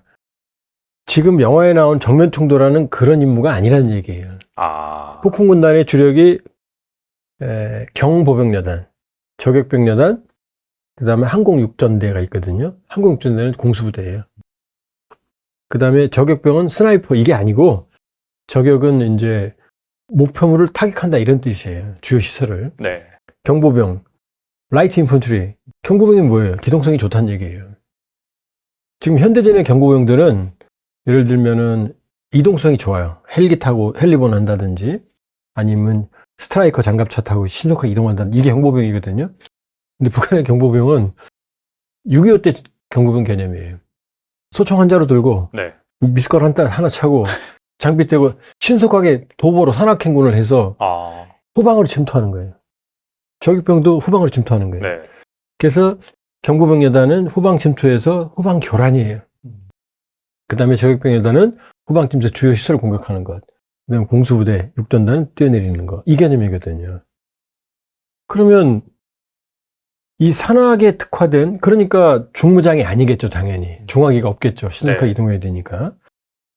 이 부대가 후방 침투인데 한반도는 말이라도 통하지. 근데 우크라이나 전선은 우크라이나 후방에 침투해서 우크라이나도 모르는데 손들어도 말도 안 통하는데 과연 그럴까? 그 다음에 또 하나는 한국은 한반도는 산악지형인데 우크라이나는 평원이거든요. 그러면 이 숙달된 중화기로 무장한 우크라이나군과 경보병이 직접 충돌한다? 그러니까 과연 11군단 폭풍군단인지. 근데 또 지금 파견된 최고 지휘관은 김영복 총참모부 부총참모장으로 알려져 있는데 이 친구가 11군단 소속이었거든요. 관리했거든요. 그다음에 네. 특수작전군 사령관도 했거든요. 그러니까 지금 좀 헷갈려요. 얘가 갔는지 안 갔는지. 그러니까 북한의 여론은 아직은 긴가민가 하는 거죠. 왜냐하면 공병국은 과거에 갔으니까. 아. 공병국이 갔다면 민심이 동요할 리가 없죠. 돈 벌어오는 거니까 가서. 네네. 그런데 이제 정말로 지금 저는 현재까지는 확인된 것만 가지고는 모든 가능성을 열어놔야 된다는 말씀을 드리는 거예요. 근데 만일에 우크라이나 전선에 최전선에 투입돼서 전투를 한다 그러면 월남전은 게릴라전이었거든요, 주로. 정규군이 게릴라 소탕하는 거였거든요. 근데 여기는 2년 반 동안 러시아군이 70만 명이 사상된 걸로 알려지고 있거든요. 네. 전사자와 부상자 비율이 2대 1이에요. 아, 그럼 사망자도 엄청나네. 그럼 20만 명이 넘는다는 얘기죠. 와. 지금 그 대게릴라전에서도 우리 한국군이 5천 명이 넘게 전사했는데요. 부상도 11,000명이었고. 네. 그럼 이 12,000명이 전선에 가면 한두 자리면 싹싹 사라질 거예요. 완전 갈려나간다. 갈려나가는 거예요, 정말로. 어. 미트 그라인더라는 거 말이 맞는 거예요. 그러면 전투는 이렇거든요. 자, 대대가 싸웠어요. 근데 대대 병력이 뭐 절반이 사라졌어요. 그럼 대대 역할을 못 하잖아요. 그러면 부대를 재편해요. 축소 재편합니다. 아니면 보충병을 받든지. 네. 그럼 12,000명 가면 금방 소모될 텐데 축소 재편하면 전투력이 안 나오잖아요. 한국군이 64년, 74년까지 32만 명이 갔으니까 만일에 전투병력이라면 여기서 안 끝나죠. 계속 간다는 얘기죠. 가겠네요. 계속 간다는 얘기죠. 그러면 끝없는 수렁에 빠지는 거죠. 그 다음에 아직은 여론이 이렇지만 네. 북한도 하나 내지 둘 났거든요. 저출산 거기도 좀 문제가 있죠. 1.7이에요. 네. 1.7. 그러면 아무리 독재고 그러지만 부모가 자기 새끼 어떻게 되면 물불 안 가려요. 그렇죠. 그렇죠. 네. 애기 있으시죠? 네. 저도 애들 일이라면은 뭐 물불 안 가리고 정말로 저기 하는데 그러면 이 전사가 대규모 전사면 숨길 수가 없을 텐데 이 대량의 소모전에 그 인민군을 갈아 넣는다 그러면은 이게 어떻게 되겠어요? 그러니까 정말 상상을 뛰어넘는 파병이었고 전투병이라면 또 우리 예측을 뛰어넘는 상황이 지금 벌어지는 거예요.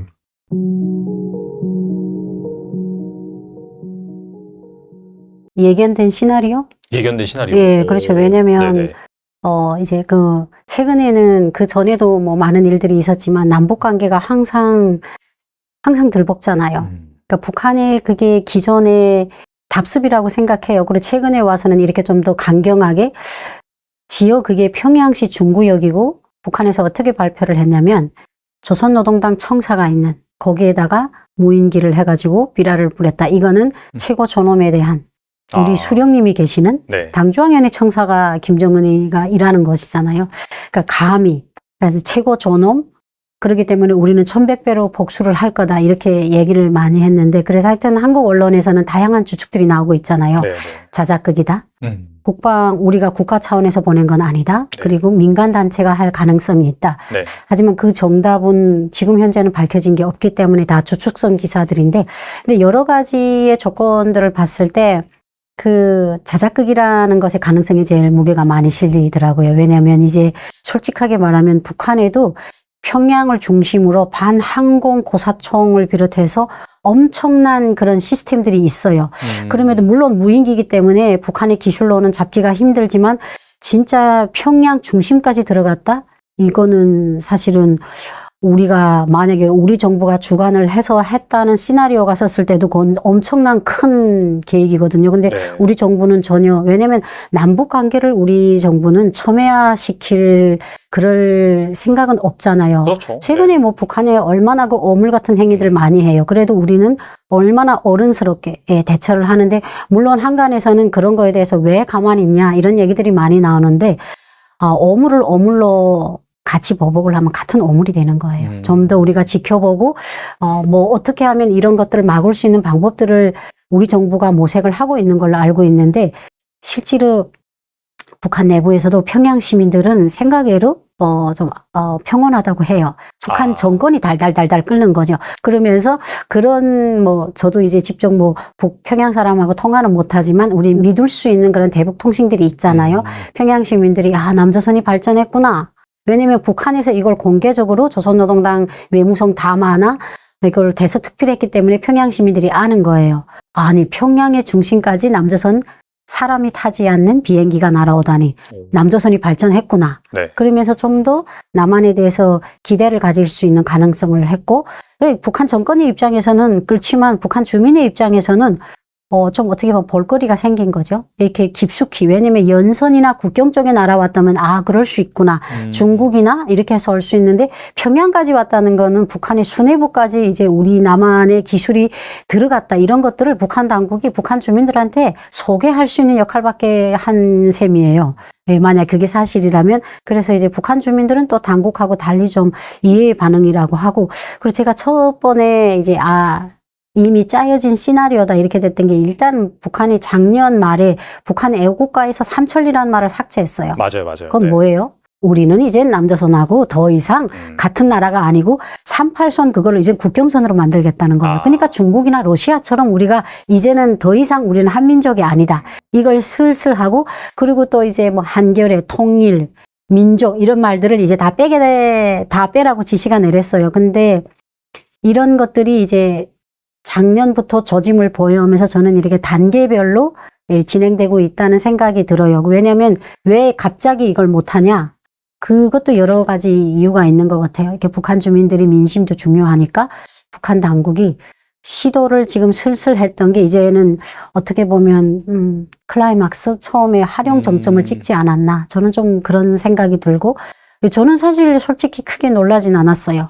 이게 항상 우리가 북한에서, 저는 12년 전에 북한 당국이 남한을 요구하는 방송을 귀에 못이 박히게 들어왔던 사람으로서, 또 뭔가 또 이제 남조선하고 뭐가 좀 또 이제 좀 티칵티칵 하려고 준비를 하고 있고, 요즘에는 또 뭐 러시아랑 중국이랑 뭐 가까워지면서 뭐 등 믿는 게 생기잖아요. 그러니까 이제는 김정은이가 자기만의 정치 방식 그런 것들을 추구하려고 설계를 했던 걸 지금은 차례차례 그걸 도면 위에 실천을 하는구나, 저는 그렇게 봤어요.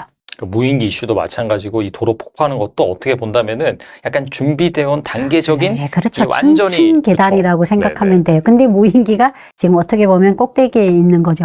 최악의. 나는 왜 그걸 활용 전점이라고 하냐면 평양이에요. 중구역이 우리로 말하면 강남입니다. 그리고 조선노동당 중앙위원회 청사, 혁명의 수뇌부가 있는 데예요. 거기다가 무인기가 왔다. 이거는 이제 북한 당국에서 마지막 정점을 찍는 거죠. 여기까지 자기네가 짠 시나리오에 이제 점을 하나, 마지막 점을 찍었다고 생각해요. 그리고 그 외에도 또 크고 작은 도발들이 있겠죠. 하지만 지금보다는 더 강력한 시나리오가 없어요. 왜? 혁명의 수뇌부까지 왔는데 그 이상 뭐가 더 필요해요. 그러니까 그 외에도 이제 북한은 죽을 때까지 남한에 대해서 어떤 모함이나 도발을 할 겁니다. 하지만 지금처럼 이렇게 수뇌부 제일 중요한 그 정점은 지금 찍었다고 저는 생각이 들어요.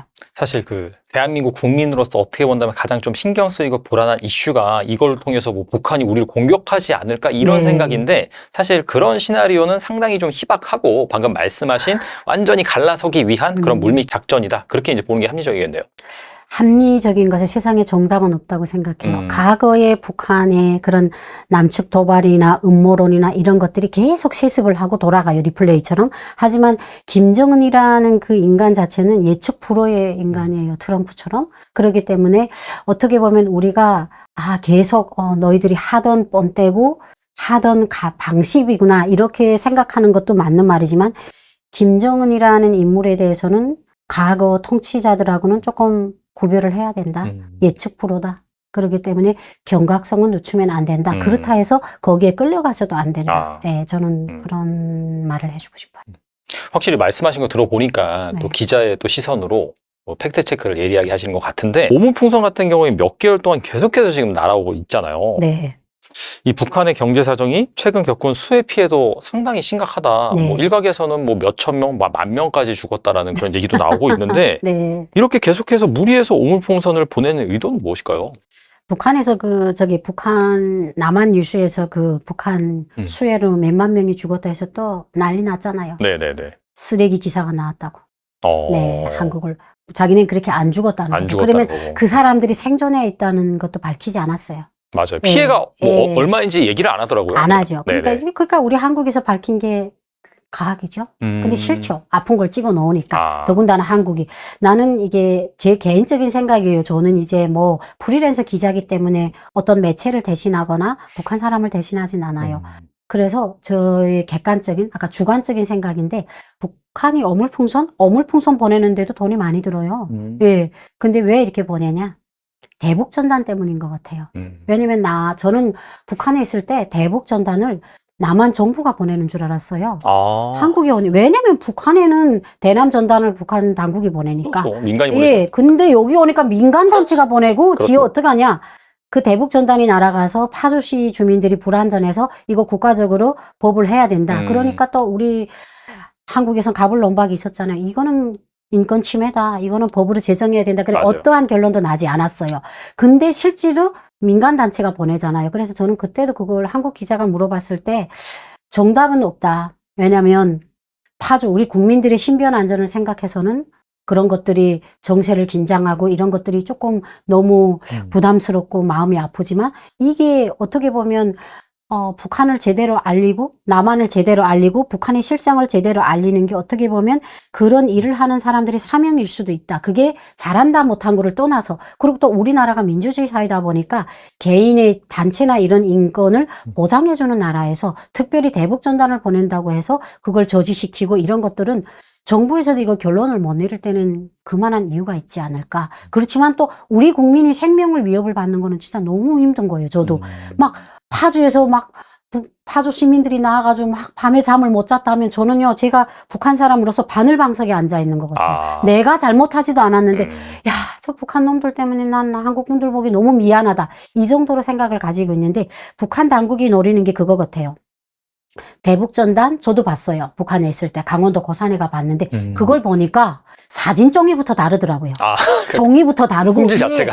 그리고 거기에다가 뭐 북한 정권을 타도하자는 말도 없어요. 그러니까 저도 그걸 봤을 때 남한에는 대북전단을 되게 너무 평범하게 쓰는구나 이런 생각을 했었는데 북한 입장에서는 그 대북전단을 북한 주민이 봤을 때 그 북한 당국이 제일 무서워하는 게 북한을 아는 거예요. 알게 되면 무지렁이가 아닌 이상 어떤 생각을 하겠어요. 내가 모르면 그냥 무식한 채로 살지만 이젠 북한 주민들도 알 사람들은 다 알잖아요. 그러면 이 대북 전단을 봤을 때 남한에 대해서 새로운 거 알고 제일 무서운 게 그거예요. 남한에 대해서 아는 것도 두 번째로 무서워요.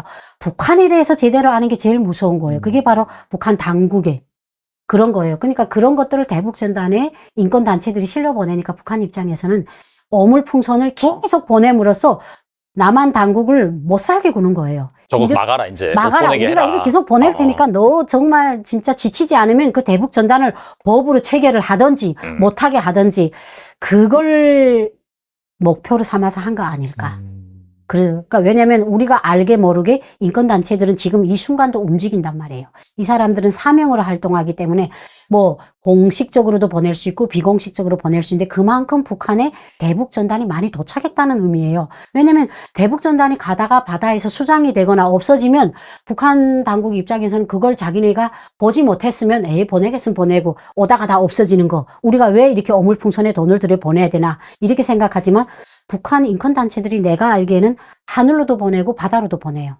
네, 바다를 해가지고 쌀도 보내고 그 쌀 속에 이제 달러도 넣어서 보내고. 근데 쌀이라는 게 이제 그 바다라는 게 밀물과 썰물에 따라서 북한 해역으로 갈 수밖에 없대요. 그러면 바다 해변에 나온 사람들이 그걸 딱 봤을 때 어떤 느낌이에요? 그게 어떻게 보면 바다를 통한 대북 전단이 될 수가 있는 거예요. 그러니까 이제 하늘과 땅 바다에서 하니까 북한 입장에서는 싫은 거예요. 그러니까 이제 대북 라디오도 우리가 얼마나 많이 민간 단체들도 많이 하고 저는 실제로 북한에서 대북 라디오를 들었던 사람이에요. 그래요? 왜냐면 대북 라디오가 옛날에는 주파수가 약했어요. 그래서 이렇게 찍찍찍찍 들렸는데 지금은 주파수가 좋아요. 그러니까 이제 대북 단체들이 이렇게 활성화가 돼가지고 그러니까 이제 거기에 탈북민들을 출연시키니까 고향 사람들 입장에서는 남한 사람이 뭐라고 말하면 안 믿지만 누가 봐도 고향 사람인 거예요. 그 사람들이 우리 이제 양강도 해산에 그 해장도에 굴뚝이 있지 않습니까? 맞는데 이렇게 하니까 어떡하겠어요? 신빙성이 더 증가될 수밖에 없잖아요. 그러니까 이제 전파를 통해서 하고 바다를 통해서 보내고 하늘로 보내니까 북한 주권 입장에서는 이걸 어떻게 남한 당국을 자극시키는 방법밖에 없어요. 그러면 뭐냐? 어물풍선이 떨어지면 국민들이 어떻게 보면 불만 요소가 쌓이잖아요. 그러면 이런 것들을 내부에서 북한 당국이 말하는 게 내부에서 투쟁을 해가지고 저 대북 인권 단체들 이런 단체들을 와해시키려는 거예요. 그래서 더 이상 북한에 대북 전단이나 대북 라디오가 오지 말라 이걸 하기 위한 어떻게 보면 도구로 저는 이용하고 있지 않나. 그 외에는 특별한 그게 없다고 생각을 해요. 다른 가능성도 배제할 수 없지만요. 실제로 그 대북 단체에서 보내는 그런 전단이나 구호품 이런 것들이 북한 주민들한테 많이 들어가서 영향을 많이 미치고 있기 때문에 그렇죠? 사실상 오물풍선을 보낼 수밖에 없는 그런 상황이다라고 볼 수 있겠네요. 예. 어. 그러니까 아픈 데를 찌르니까 찌르지 않으면 지나가면 가만히 있잖아요. 나를 찌르면 누군든 돌아보게 되잖아요. 네, 자극이 네. 되는 거죠. 그러니까 그 자극제, 보복 그걸 어물풍선으로 대치를 하는 거고, 저는 제가 최근에 들었던 대북 소식통에 가면 네. 그것 때문에 탈북민들하고 북한 가족들이 싸운대요. 왜 싸우냐? 왜요? 그러니까 이제 그 북한 가족들이, 탈북민들이 이제 돈이랑 보내면 이제 북한 가족들하고 통화하는 경우가 있어요. 아. 그러면 돈을 얼마 보냈다 추석 때 막 그런데, 야 근데 왜 너 나라는 그 어물풍선을 자꾸 이렇게 남조선 보내냐, 우리 부끄러워 못 살겠다 하니까 그 북한 가족들, 우리 보냈냐? 우리 모른다. 그러니까 이제 우리가 호칭이 어물풍선이지 네. 북한의 공식 호칭은 대남 적재물이에요. 대남 예, 그리고 어. 대남 적재물을 보냈다는 걸 북한 당국이 주민들한테 소개를 안 합니다. 안 해요? 적어도 안 하죠. 그러니까 어떻게 알겠어요? 그러니까 그 북한 주민 입장에서는 화가 나는 거예요. 음. 너네 나라는 왜 그러냐 하니까, 야 우리 보냈냐? 부끄러워 죽겠다. 보낼 게 없어 어물을 보내냐? 북한 주민들 입장에서는 이렇게 부끄럽잖아요. 좀 보내겠으면 제대로 된 거 보내든지. 이렇게 된 거예요. 네.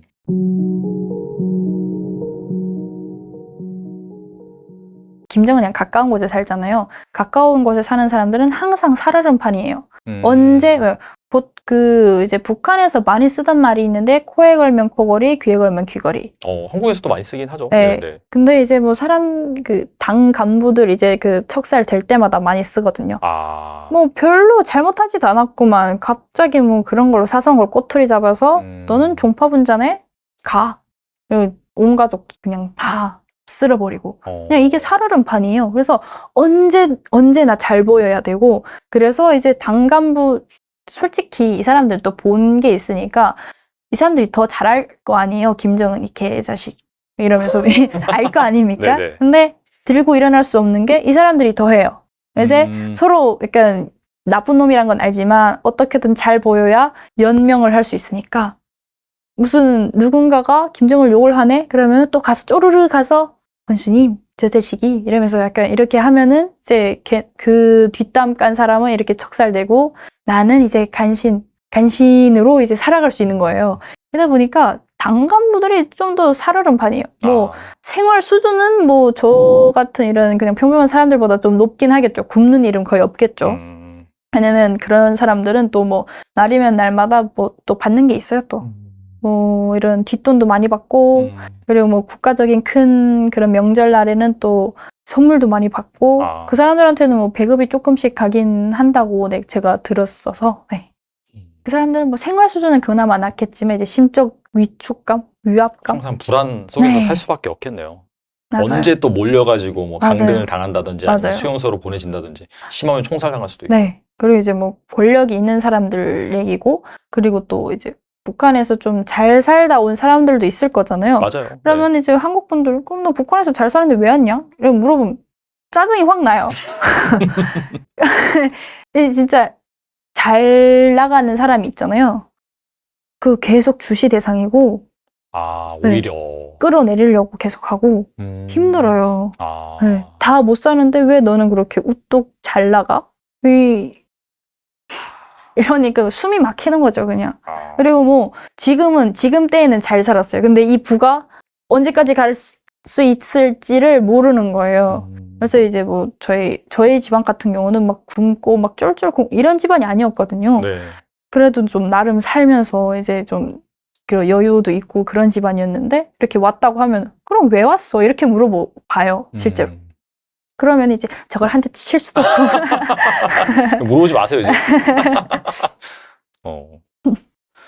그리고 이제 최근에 뭐 탈북민이나 뭐 중국에 있는 북한 사람 등 북한 내부에 정통한 사람들, 혹시 그분들을 통해서 듣는 최근에 이 북한 상황 뭐 있을까요?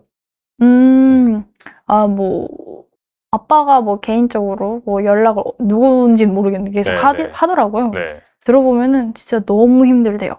그냥 예전에 그냥 저희가 살던 동네가 밀수 왕초 동네거든요.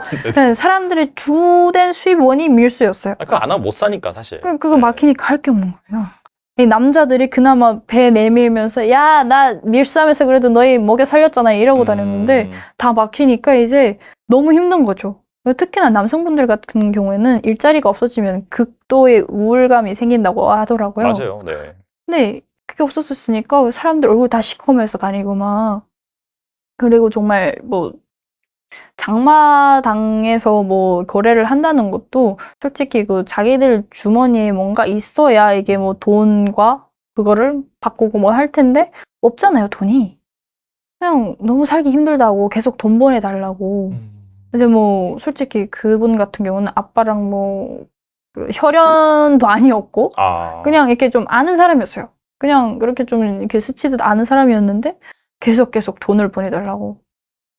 이게 미수가 막혔다는 게 이제 중국과 거래가 막힌 거다라고 볼 수가 네. 있잖아요. 네. 이 중국과 뭔가 사이도 안 좋은 건가요? 그럼 북한이?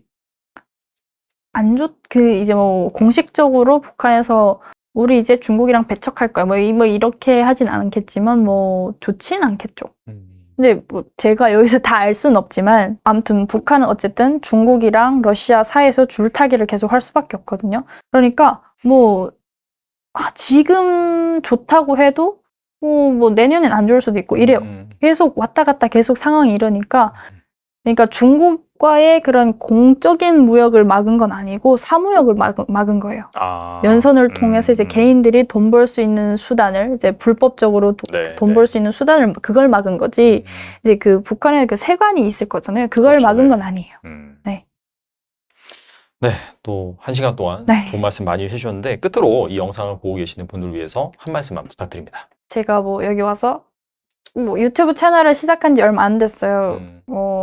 제 일상이 궁금하신 분들은 이제 제 채널로 또 유튜브에 서현경 그냥 검색하시면 제 채널이 바로 나오거든요. 네, 좀 관심 있으시면 놀러 와주시면 또 감사한 부분이고요. 그리고 제가 여기 와서 8년을 살았다고 하지만 그래도 일단은 저는 북한에서 난 사람인 거잖아요. 제 정체성은 북한에 있어요. 그렇지만 뭐 잘 몰라요. 그냥 철부지 같은 느낌이에요. 솔직히 오늘 이것도 막 네네. 갑자기 뭐 너무 전문가 같아 막 이러면서 약간 뭐라 그래야 될까요? 안 맞는 옷을 입은 느낌? 그래서 제 채널에서는 뭐 이런 얘기보다는 좀 더 제 데일리한 일상을 보여준 느낌이라서 완전 실망하지. 브이로그 같은 네, 그런 브이로그. 네. 실망스럽지 않을까 싶긴 하지만. 약간 뭐 그런 컨셉인가요? 약간 탈북소녀의 네. 뭐 대한민국 생활 적응기 약간 맞아요. 그런 정확합니다. 건가요? 네. 재밌는 거 많겠네요, 그러면.